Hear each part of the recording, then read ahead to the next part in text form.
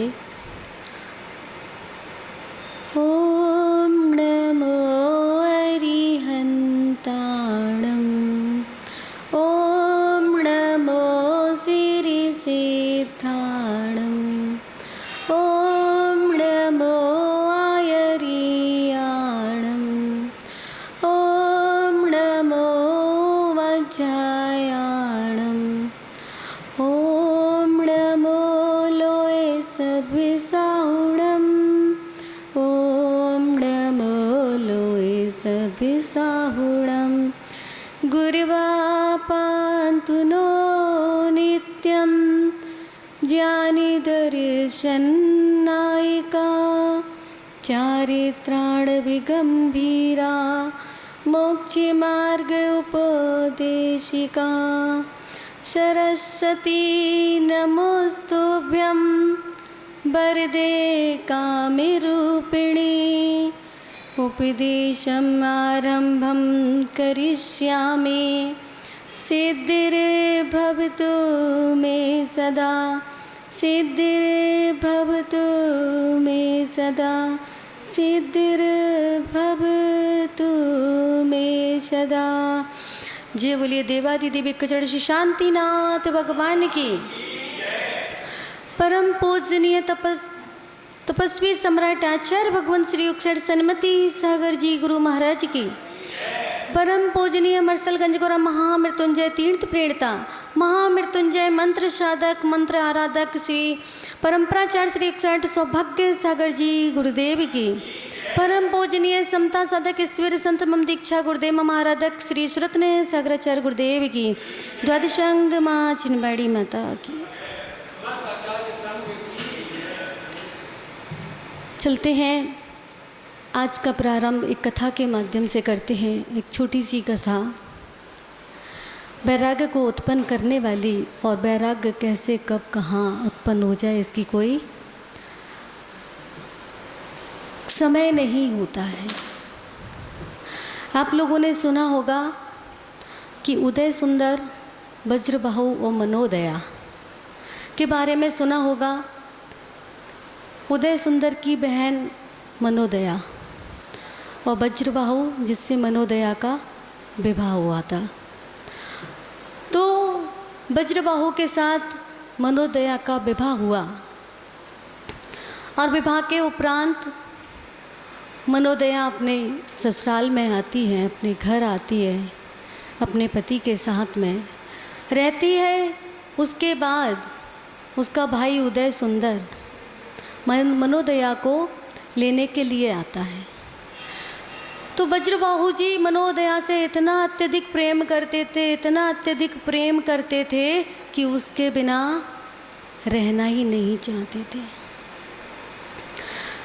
तो जब मनोदया को भेजने के लिए तैयार नहीं थे, लेकिन जब उदय सुंदर ने बार बार प्रयास किया, बार बार निवेदन किया, तो भेजने के लिए तैयार तो हुए, परंतु क्या कि उसके साथ में चलने को तैयार हो गए। तो चलने लगते हैं मनोदया के घर की ओर। एक हाथी पर तो वज्रबाहु और मनोदया बैठे और एक पर उदय सुंदर बैठे। चलने लगे। रास्ते में चलते चलते अन्य भी और लोग भी, क्योंकि राजाओं की व्यवस्था अलग होती है, चलने लगे तो उनके साथ में और भी उनके मायके ससुराल वाले और भी लोग थे, दास दासियां भी थे, बहुत सारे लोग थे। तो चलने लगते हैं। चलते चलते चलते चलते दूर से वज्रबाहु की निगाह किस पे पड़ती है? एक मुनिराज पर पड़ती है। मुनिराज को देख करके वह बोलते हैं वज्रबाहु, अहो मेरे भाग्य, कितने शांत छवि, समता के धारी, निश्चल परिणामों वाले ऐसी दशा को देख करके तो मैं धन्य हो गया। बिना आभूषण के कितने सुंदर, सर्वांग सुंदर, बिना किसी भी श्रृंगार के ऐसा प्रतीत हो रहा है कि कितना श्रृंगार करके रखा हो, और भावना भाते हैं कि मुझे भी ऐसी दशा प्राप्त हो। तो हंसी हंसी में उदय सुंदर क्या बोल देते हैं, अरे बहुत सुंदर बात बोल रहे हैं आप जिया जी, अगर ऐसी ही बात है तो आप दीक्षा ले लो, और आपके साथ अगर आप दीक्षा को स्वीकार कर लेते तो आपके साथ मैं भी दीक्षा को स्वीकार कर लूँगा। परंतु उदय सुंदर के मन में क्या चल रहा था, ये क्या दीक्षा लेंगे, जो कुछ समय के लिए अपनी पत्नी को नहीं छोड़ सकते हैं, वो जीवन पर्यंत के लिए वैराग्य को, संयम को कैसे स्वीकार करेंगे। इसलिए उसने हंसी हंसी में वज्रबाहु का हास्य बनाया, हंसी उड़ाई। परंतु कहते हैं ना, जब किसी के मन में वैराग्य उत्पन्न होता है ना, तो वो किसी से कितना भी प्रेम करता हो, कितनी भी प्रिय वस्तु क्यों ना हो, कितना भी प्रिय इंसान क्यों ना हो, या वो कितना भी उससे कर्तव्य में बंधा हो, वो एक क्षण में छूट जाता है। तो वज्रबाहु के मन में कहीं ना कहीं वैराग्य के अंकुर फूट पड़े थे, और उसकी अनुमोदना करने में, मानते हुए हंसी में ही सही, परंतु उसमें निमित्त कौन बने, उदय सुंदर जी बने। जैसे कहते हैं ना, गुरुदेव बताते हैं कि पंच कल्याणक में जब तीर्थंकर भगवान की वैराग्य उत्पन्न होता है तो कौन आते हैं स्वर्ग से, लोकांतिक देव आते हैं, ब्रह्म स्वर्ग से लोकांतिक देव आते हैं, और आकर के महान आत्मा, महान पुरुष, तीर्थंकर पद के धारी, उन तीर्थंकर भगवान का वैराग्य अनुमोदन करते हैं, उनकी वैराग्य की प्रशंसा करते हैं, और उस वैराग्य को और अत्यधिक प्रबल करते हैं। तो ऐसे ही उन वज्रबाहु के वैराग्य में कौन सहयोगी बना, उदय सुंदर। तो उदय सुंदर ने, मानते हंसी हंसी में सही, उनको लगता था कि ये नहीं ले पाएंगे, क्योंकि संयम को स्वीकार करना इतना सरल सहज नहीं है। तो बोलते हैं वज्रबाहु जी नहीं, ठीक है, और वज्रबाहु जी हाथी से उतर के आगे की ओर चलने लगते हैं। तो उदय सुंदर घबराने लगते हैं, अरे ये तो सच में आगे की ओर जाने लगे, ये तो मुनिराज के समीप जा रहे हैं, और जा कर के नमोस्तु करते हैं, और नमोस्तु करके मुनिराज आशीर्वाद देते हैं, और क्या बोलते हैं, मुझे भी दीक्षा दे करके मेरे जीवन को धन्य बनाएं, कल्याण के मार्ग पर चलाएं। उदय सुंदर और घबरा जाता है, मनोदशा भी घबराने लगती है, दोनों रोकने का प्रयास करते हैं, परंतु नहीं रुकते हैं। जिसको सही मार्ग का पता चल जाता है ना, उसको कितने भी लोग रोकें, वो किसी के रोके नहीं रुकते हैं। और जिन आत्माओं को, जिन पुण्यशाली जीवों को अपने आत्म कल्याण का मार्ग सही समझ में आ जाता है, वो मोक्ष मार्ग दिखाई दे जाता है, तो उसको कोई भी रोके पर वह रुकते नहीं हैं। तो वज्रबाहु जी दीक्षा के लिए तत्पर हो गए। अब उदय सुंदर भी कहते हैं, अरे इन्होंने तो लेने लगे, अब मैं वापस जाकर क्या कहूँगा, क्या दिखाऊँगा, अगर ये मार्ग सच में अच्छा है तो मैं भी इनके साथ में दीक्षा लूँगा। और फिर मनोदशा अकेली रहती है तो क्या कहती है, मैं क्या करूँगी इस संसार में रह करके, ये संसार असार है, संसार में कहीं भी सुख नहीं है, अगर सुख होता तो वैराग्य उत्पन्न इतनी जल्दी नहीं होता, उसी में भ्रमण करते रहते। तो मनोदशा भी उस दीक्षा के लिए प्रयास करती है, और आर्यका के पास जाकर के दीक्षा ले लेती है।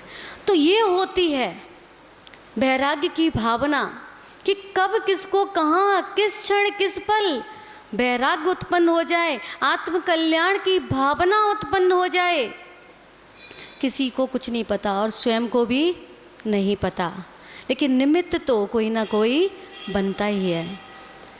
आचार्य भगवंत कहते हैं, दो काम करने, देखो अगर कोई बहुत, जिसका भी नाम होता है ना, या तो वो उसका नाम होता है जो बहुत ज़्यादा बुरे कार्य करता है, बहुत ज़्यादा बुरे काम करता है, इतने बुरे कार्य करता है कि जब कहीं बुराइयों का उदाहरण आता है तो उन्हीं का नाम लिया जाता है। या फिर इतने अच्छे कार्य करो, इतने अच्छे कार्य करो कि जब अच्छाइयों की चर्चा हो तो अच्छाइयों में आपका नाम आए। जब भी कभी बुराइयों का उदाहरण दिया जाता है, दुष्टता का उदाहरण दिया जाता है, तो किसका दिया जाता है? कंस का दिया जाता है, रावण का दिया जाता है, और भी बहुत सारे जिन्होंने मुनियों पे उपसर्ग आदि किए उनका उदाहरण दिया जाता है। और अच्छाइयों के लिए सलाका पुरुषों का उदाहरण दिया जाता है। तो कार्य करो तो ऐसा करो, वैसे अच्छा ही करना चाहिए, बुरा तो नहीं करना चाहिए, क्योंकि बुराई करने वालों को हमेशा कलंकित होना पड़ता है। कभी भी कितने भी भव निकल जाएं, परंतु उनका, बुराई करने वालों का भी नाम इतिहास में ऐसा अजर अमर हो जाता है कि जब भी बुराइयों की चर्चा चलती है तो उन लोगों का नाम आ ही जाता है। भले ही वो आगे चल कर के महापुरुषों को, महापुरुष बने, महान पदों को धारी करें, परंतु नाम तो आ ही जाता है। जब भी युद्ध का नाम आता है तो उदाहरण किसका दिया जाता है? दो भाइयों में, बाहुबली और भरत चक्रवर्ती का उदाहरण दिया जाता है। तो इसीलिए आचार्य भगवंत कहते हैं कि कार्य करो तो अच्छे करो, बुराई के कार्य करने की जरूरत नहीं है, क्योंकि अच्छाई करने से हमको सब कुछ प्राप्त होगा। और हमारा विषय चल रहा था देव पूजा का, तो उसमें अभिषेक की बात चल रही थी। जन्माभिषेक बता दिया था, राज्याभिषेक भी बता दिया था। जब कोई राजा अपने पुत्र को योग्य होने पर शासन राज्य सौंपता है तो उसका, उस राज्य पर संभालने से पहले उसका राज्याभिषेक होता है। इसी प्रकार तीर्थंकर बालक भी जब कुमार अवस्था को प्राप्त होते हैं और उसके बाद में जब उनके पिता उनको राज्य सौंपते हैं तो उनका सबसे पहले राज्याभिषेक होता है। फिर दीक्षाभिषेक होता है जब तीर्थंकर महामुनिराज बनने के लिए जाते हैं। पंच कल्याणक में आप लोगों ने देखा होगा कि जब दीक्षा लेने के लिए जाते हैं, वैराग्य उत्पन्न होता है, उससे पूर्व दीक्षाभिषेक भी होता है। पहले पालकी में ले जाया जाता है, फिर दीक्षा वन में जाकर के दीक्षाभिषेक होता है। किसके द्वारा? देवों के द्वारा। और देवों के द्वारा दीक्षाभिषेक होने के बाद सब कुछ त्याग कर देते हैं और वो महानिर्वाण प्राप्त कराने वाली निर्वाण दीक्षा को स्वीकार कर लेते हैं। और उसके बाद में प्रथमाभिषेक, इसके बारे में तो पूर्व से ही बता रहे हैं कैसे करना चाहिए, कैसे परिणामों के साथ में करना चाहिए, निर्मल परिणामों के साथ में करना चाहिए, अच्छे भावों के साथ में करना चाहिए, सुंदर द्रव्यों के साथ में करना चाहिए, अपने हाथों से बनाई हुई सामग्री के साथ में करना चाहिए, सारा पुरुषार्थ अपने स्वयं के द्वारा करना चाहिए और घर से ही शुद्ध वस्त्रों को पहन कर आना चाहिए। और फिर पूजन करनी चाहिए। जो पूजन के छंद हैं, जिनेंद्र भगवान के गुणों की आराधना है, उनको बड़े भावों के साथ उन छंदों को पढ़ना चाहिए, लयबद्ध तरीके के साथ पढ़ना चाहिए। अगर लयबद्ध भी नहीं आ रहा है तो भी पढ़ना चाहिए, लेकिन पढ़ना तो चाहिए। और भक्ति भाव के साथ में आकुलता नहीं करनी चाहिए, अनुकूलता के साथ में पूजा करनी चाहिए। जितना समय है उतनी देर पूजा करनी चाहिए। अगर आपके पास एक पूजा करने का समय है तो एक पूजा करो, परंतु पूरे भावों के साथ में करो, पूरे मनोयोग के साथ में करो, तब उस फल की प्राप्ति आपको होगी। नहीं तो ऐसा नहीं, कोई छंद पढ़ रहा है, कोई सामग्री चढ़ा रहा है और कोई बातें कर रहा है, ऐसा नहीं करना चाहिए।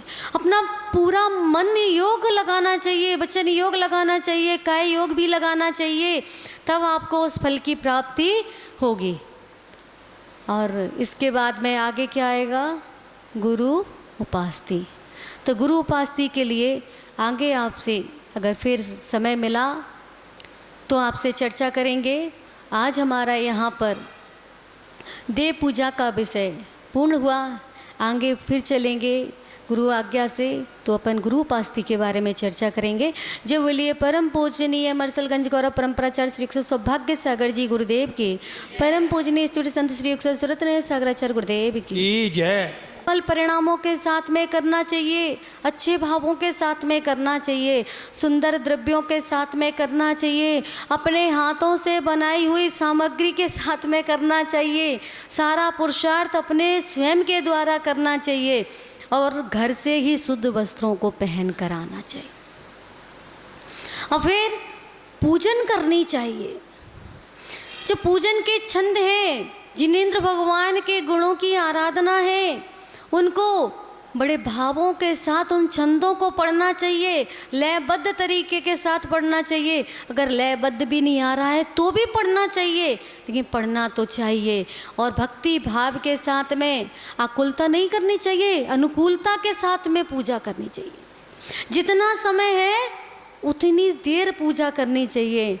अगर आपके पास एक पूजा करने का समय है तो एक पूजा करो, परंतु पूरे भावों के साथ में करो, पूरे मनोयोग के साथ में करो, तब उस फल की प्राप्ति आपको होगी।